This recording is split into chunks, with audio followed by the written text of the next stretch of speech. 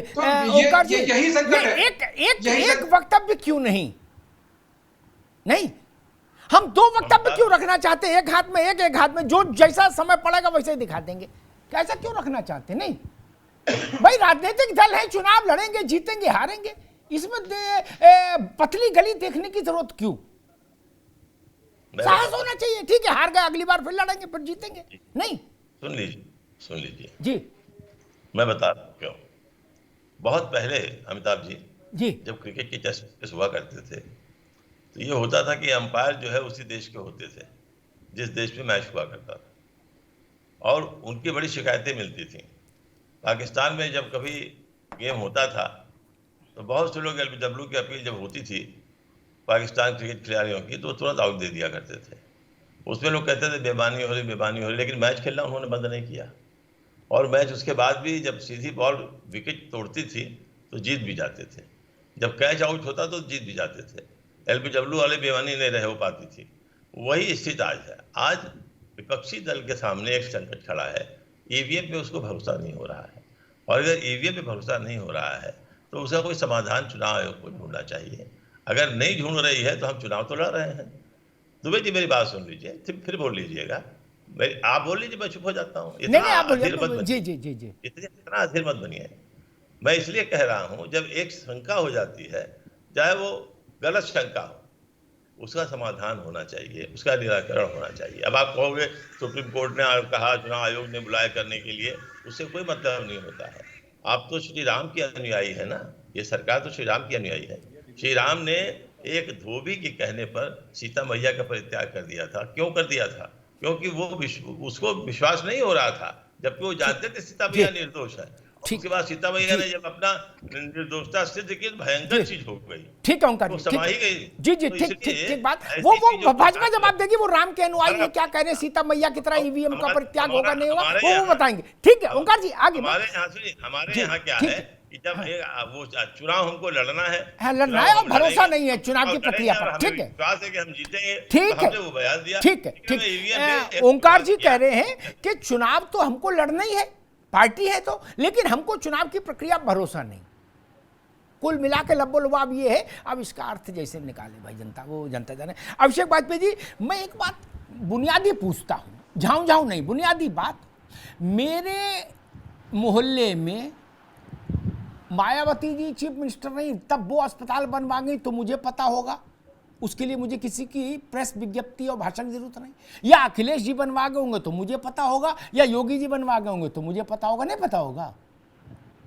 विकास तो ऐसी चीज है, आंखों से दिखता भैया सबको, दूसरे के कहे सुने के पर क्यों जाएगा आदमी? नहीं, पुलिया बनी तो मुझे पहले पता होगा अभिषेक वाजपेयी और प्रशांत पटेल से। नहीं, मैंने उदाहरण पिछली बार भी दिया था कि मेरे पेट में अन्न है, इसकी जानकारी किसी पार्टी के विज्ञप्ति से होगी? तब जनता को तो हमने पता नहीं क्या समझ लिया। नहीं, जनता बौरी नहीं ना। जिसने भी विकास किया होगा जनता को पता नहीं होगा कि हां भाई ये विकास वाले लोग हैं। अभिषेक जी, ये नियम सब पर लागू है। बिल्कुल ठीक बात है, मैं आपकी बात से बिल्कुल सहमत हूँ। जनता जनार्दन है और जनता का ही जो मत है हम सब उसी को मानते हैं। और अभी जैसा कि मैं आपके प्रश्न का उत्तर दूं, लेकिन उसके पहले शैलेंद्र जी ने क्रेडिबिलिटी और परिणाम की बात है। देखिए, हर चुनावी जो भी पार्टियां हैं, चाहे समाजवादी पार्टी हो, चाहे भारतीय जनता पार्टी हो, चाहे कांग्रेस या कोई भी पार्टी हो, हर व्यक्ति जब चुनाव लड़ता है तो वो जीतने के लिए चुनाव लड़ता है, लेकिन परिणाम कुछ भी आए तो उसमें वो अपना काम करना नहीं छोड़ता है। उस पर ठीकरा मैं पर्सनली तौर पे मैं तो नहीं कह सकता हूं कौन क्या बोलता है, लेकिन इस बात को भी शैलेंद्र जी अगर जानिए कि अगर किसी प्रतिनिधि के या उसके कार्यकर्ता के घर के पास में या घर से अगर ईवीएम मशीन बरामद होंगी तो हमारा अधिकार है कि हम उस अधिकार का उपयोग करें। हम चुनाव आयोग से कहेंगे और जहां पे हमको गलत लगेगा हम उस चीजों के लिए कहेंगे। तो इसके लिए हमें चाहे अमिताभ जी हो या शैलेंद्र जी हो या कोई भी व्यक्ति, ओंकार जी हो, किसी की अनुमति की आवश्यकता नहीं है। वो पार्टी अपना काम करेगी। उसी बेस की हम बात करते हैं। अब आपकी अमिताभ जी बात करते हैं जी। आपने बात कही, देखिए अगर जनता जनार्दन है, जनता को सब कुछ पता होता है, लेकिन जनता को कैसे मीडिया के माध्यम से जो आप सोशल मीडिया का आज के समय में बड़ा दुरुपयोग होता है।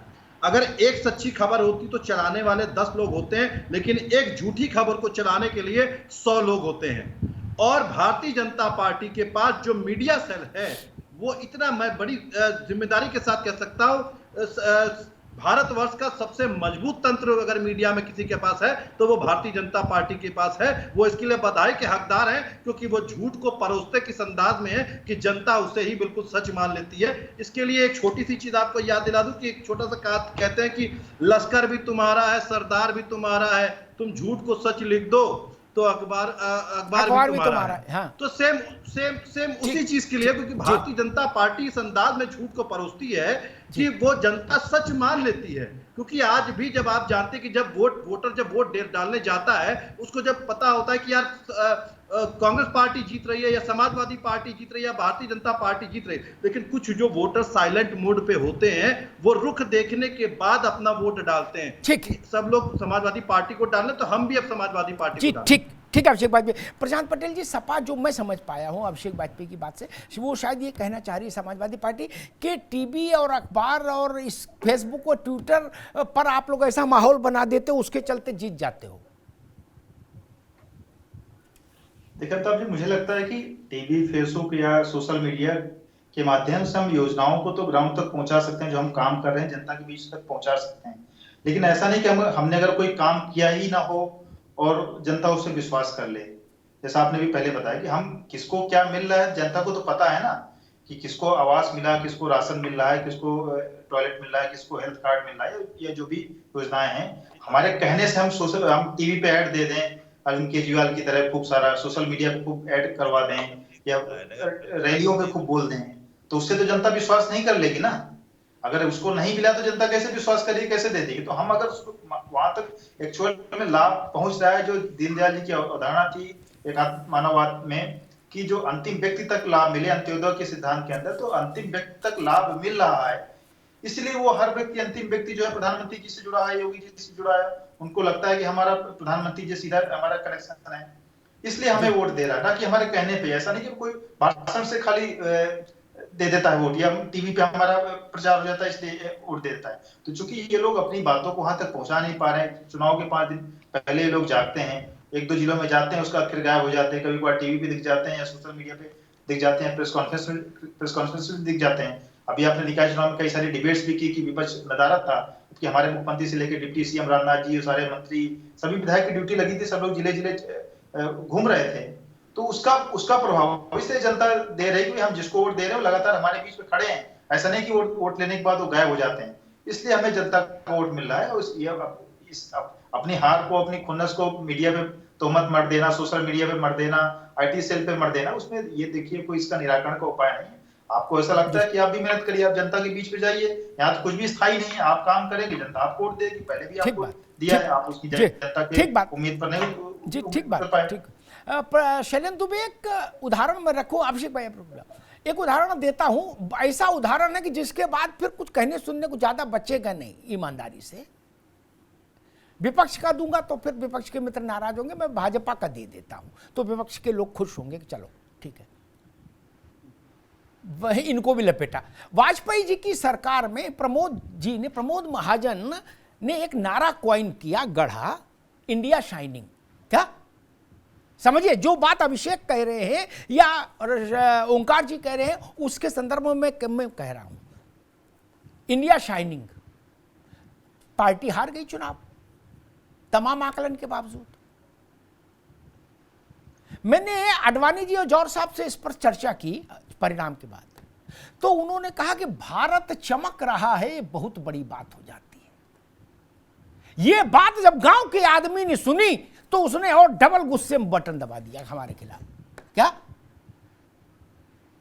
भारत संवर रहा है, वहां तक तो चल जाता, बोले यहां पानी नहीं आ रहा, वो करे चमक रहा। क्या इसलिए मेरी बात सिद्ध होती है कि नहीं, आंखों देखी का भरोसा है, कहे सुने का भरोसा नहीं तो 77 में इंदिरा गांधी चुनाव नहीं हारती, तब तो कोई अखबार ही नहीं छप रहा था, जो छप रहा था कांग्रेस ही छप रही थी। शैलेंद्र जी, तब 77 में राजनारायण इंदिरा गांधी कैसे हरा देते? विद्याचरण, जी, ओम अमिताभ जी। मेहता, बंसी लाल, संजय गांधी सब कैसे हार जाते? विपक्ष के पास तो 19 दिन मिले थे कुल, वो क्या कर लेते? शैलेंद्र जी। जी अमिताभ जी, जो तर्क मैं देने वाला था आपने उसको जो है अपनी जवान दे दी, अच्छा किया आपने। नंबर 1, अभी 2 तर्क रखे गए साथियों के द्वारा। पहला तर्क ये था कि क्रिकेट का एग्जाम्पल दिया गया। देखिए महाभारत का एक प्रकरण था, अश्वत्थामा मारा गया और उसके बाद जो है ना वो शंख बजा दिया गया, जिससे सूचना जो है पूरी न जा पाए। तो मेरा जो आकलन है, कहीं ना कहीं विपक्ष के साथी जो है उसी प्रवृत्ति का सहारा लेने का प्रयास कर रहे हैं।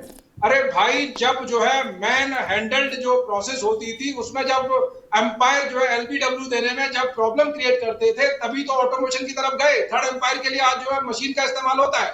तो इसीलिए जब खुलेआम बैलेट पेपर जो लूटे जाते थे, उनके अंदर स्याही डाली जाती थी, पानी डाला जाता था, इसीलिए तो ईवीएम को ऑफ किया है।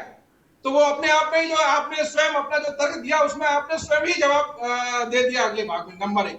नंबर 2, जो हमारे मित्र कहने का प्रयास कर रहे थे कि यदि सोशल मीडिया के माध्यम से अगर चुनाव जीता जा सकता है, जिसका आपने एक बहुत अच्छा उदाहरण प्रस्तुत कर दिया, और मैं इसको और एलैबोरेट कर दूं तो देश के अंदर या क्या पूरे विश्व के अंदर जो तमाम जो पैट्रॉन हैं सोशल मीडिया के, फिर तो जो है मार्क जुकरबर्ग को जो है किसी देश का प्राइम मिनिस्टर होना चाहिए, एलन मस्क को किसी देश का प्राइम मिनिस्टर होना चाहिए, मीडिया हाउसेस को। फिर तो अमिताभ जी आप क्यों इंतजार कर रहे हैं? आपको भी जो है ना भैया, ना हम यही ठीक, हम यही ठीक, भैया ठीक, हम यही ठीक है। शैलेंद्र जी, समय कम है, एक छोटी सी बात पर सबकी टिप्पणी ले लूंगा। ओंकार भाई, एक छोटी सी बात है, ये सोशल मीडिया आइडिया को लेकर ज्यादा अतिरंजना हो रही है, ऐसा मैं मानता हूं। उसी पर तीनों की टिप्पणी लूंगा, तीनों राजनीतिक मित्रों की।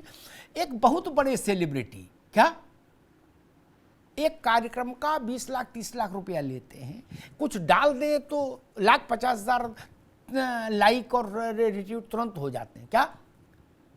वो इसी आधार पे आप लोगों के चिंतन से प्रभावित होकर चुनाव लड़ गए क्या? वोट मिला 13,000 कुल, 17 लाख की कॉन्स्टिट्यूंसी। ओंकार जी, आपको नहीं लगता ओवररेटेड कर दिया? इतना है नहीं जमीन पर भाई। अगर मीडिया के भरोसे कोई होता तो कोई मुख्यमंत्री चुनाव हारता? किस मुख्यमंत्री के पास सारा विज्ञापन का खेल नहीं है? ये बात तो आपकी सही है ओंकार जी, इस पर हम आपकी बात से सहमत है। सोशल मीडिया पे या जो मीडिया है, हमारी प्रिंट मीडिया है, इलेक्ट्रॉनिक मीडिया है, इन सब पे जो समाचार आते हैं, इस पे अगर जनता एकदम सहमत हो तो मैं नहीं समझता हूँ कि क्या कहते हैं कोई सरकार या जो सत्ता में आदमी है वो हारेगा। ऐसी बात नहीं है, चीज़ें ऊपर नीचे होती हैं और सोशल मीडिया पे वही चीज़ें खास तौर से आनी चाहिए। आज आपके इस चैनल के माध्यम से मैं जो सोशल मीडिया के दिग्गज लोग हैं उनको भी कहना चाहूँगा और जनता को भी कहना चाहूँगा कि वही चीज़ डालिए जिससे जनता ये समझे कि हाँ आप जो बात कह रहे हैं उसमें सच्चाई। ठीक बात। अगर अभिषेक वाजपेयी, ठीक, अभिषेक वाजपेयी, वही प्रश्न, वही बात कि अगर ऐसा होता तो मैंने आपको बहुत बड़ा उदाहरण दे दिया, बाकी टेलीफोन पर नाम बता दूंगा, यहाँ नाम ठीक नहीं क्या? 1 मिनट में कई लाख लाइक आते हैं क्या? वोट आए 17 लाख में 13,000 क्या? जिसका ट्विटर पे अकाउंट भी नहीं वो चुनाव जीत जाता है क्या? आप लोगों ने ओवररेटेड नहीं कर दिया, बोले भाजपा क्यों जीत रही? अरे बोले ये सोशल मीडिया का पर कब्जा है। नहीं, 8-8 10 हजार के बच्चे रख लो, आप भी कॉल सेंटर हो क्या सेंटर होता है उससे कुछ चुनाव जीत रहा है। वाजपेयी जी, अमिताभ जी, मैं आपकी बात बिल्कुल से सहमत हूं, लेकिन थोड़ा सा डिफरेंट मोड है। जब आप अपने परिवार के किसी व्यक्ति को कोई एसएमएस भेजते हैं ना, तो आप अपने परिवार के जिस व्यक्ति को एसएमएस भेजते हैं तो वही एसएमएस कई जगह पे वो अपने दोस्तों को भी उसी टाइप से कॉपी करके भेजता है। वो कॉपी उस व्यक्ति के लिए काम आती है जो व्यक्ति निचले स्तर पे होता है, जो अन्न उगा रहा होता है या अनाज उगाने के बाद बनवा करके खा रहा होता है, ये उसके लिए काम करता है। सोशल मीडिया मेजर तौर पे उसी के लिए काम करती है। अभी जैसा कि आपने भी कहा था और शैलेंद्र भाई ने भी इस बात को बोला, अगर जनता का इतना ही विश्वास बन रहा होता भारतीय जनता पार्टी के ऊपर, तो शायद 4-5 स्टेट जो है जहां से वो सरकार जा चुकी है, तो शायद वहां से जाती नहीं, वहां पे प्रचंड बहुमत से आकर के बैठी होती भारतीय जनता पार्टी, वहां पे चल रही होती। दूसरी बात, अभी देखिए सोशल मीडिया सबसे इंपॉर्टेंट फैक्टर इसलिए अदा करता है कि अगर आप किसी भी सोशल मीडिया को खोल करके आप देख लीजिए तो आप देखेंगे वहां पे पाएंगे एक ही चीज को 5 अलग अलग एंगल से दिखाया जाता है और अभी कई सारे महानुभावों की अभी शैलेंद्र जी ने बात कही, तो मैं ये भी बता दूं कि उनके पास भी इतना बड़ा ऑर्गेनाइजेशन काम करने के लिए सोशल मीडिया का नहीं है जितना बड़ा भारतीय जनता पार्टी के पास है। ठीक है प्रशांत जी, क्या केवल सोशल मीडिया, अब प्रिंट और इलेक्ट्रॉनिक का तो पक्ष दिया, चलो ठीक है, क्या केवल सोशल मीडिया, फेसबुक, ट्विटर और क्या है व्हाट्सएप और क्या क्या जालवट्टा, इसके भरोसे अगर चुनाव जीत लेते सब लोग, तो जो मोदी इरा है 2014 से 23 तक का, मान लीजिए अभी तक का, जिसमें मोदी राष्ट्रीय राजनीति में आए, उसमें 15-17 छोटे बड़े राज्यों में चुनाव हुए जहां बीजेपी नहीं जीती। तो अगर ये माने कि भाई बीजेपी की जेब में ये सब चीजें हैं, ये मोबाइल वाली जो बटन दबा के क्या ट्वीट करते हैं, तो फिर हारी कैसे? क्या ये इतनी बड़ी संजीवनी है कि पार्टी बिल्कुल मृतप्राय हो, उसको सोशल मीडिया की जड़ी सुंघा दो तो जीत जाएगी? देखिए, ये बात निश्चित तौर पर सही कि आज के समय में सोशल मीडिया यूथ से कनेक्ट करने का अच्छा माध्यम है, अपनी बात वहां तक पहुंचाने का अच्छा माध्यम है। लेकिन पार्टी कोई ऐसा नहीं कि सोशल मीडिया पे भारतीय जनता पार्टी कोई बहुत खर्च करती हो या किसी को सैलरी देती हो। आप जो भी सोशल मीडिया पे जो लोगों को लिखते हुए देखते हो, स्वतः स्फूर्त होकर के विचारधारा के आधार पर या जिन लोगों को लाभ मिल रहा है उनके विकास योजना को, उसके आधार पर लिखते हैं। खाली सोशल मीडिया पे चीजें पंपिंग कर दी जाए, उस पर फंडिंग कर दी जाए, उसका प्रमोशन कर दीजिए, उससे कोई चुनाव नहीं जीता जा सकता जब तक आप जनता के बीच में काम नहीं करेंगे, लोगों को दिखेगा नहीं। क्योंकि एक दो बार तो ऐसा हो सकता है कि 1-2 साल 5 साल तक आप जनता तो इस तरह सोशल मीडिया पर झूठ फैला के जीत सकते हैं, लेकिन चुनाव दर चुनाव 14, 17, 22, 19 लगातार आप इस तरीके से नहीं जीत सकते। जनता बहुत समझदार है, मैं समझता हूँ।